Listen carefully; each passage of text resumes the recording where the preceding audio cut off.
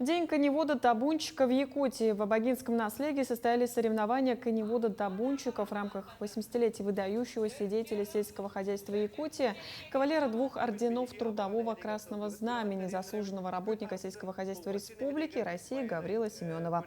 В мероприятии приняли участие 14 команд из 13 сельских поселений Амгинского улуса. Помимо основного состязания, по инициативе отцов Абагинского наследия прошли скачки на санях среди мужчин, соревнования для юных коневодов.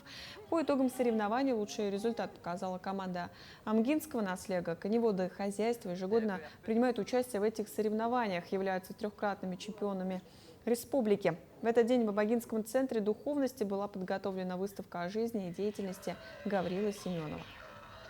Год 26-й объявлен сельским хозяйством, годом сельского хозяйства. И в рамках этого мероприятия в зачетное уже включили День коневода. И поэтому все наследные администрации заряжены, все команды поставили. Всего участвовало 14 команд.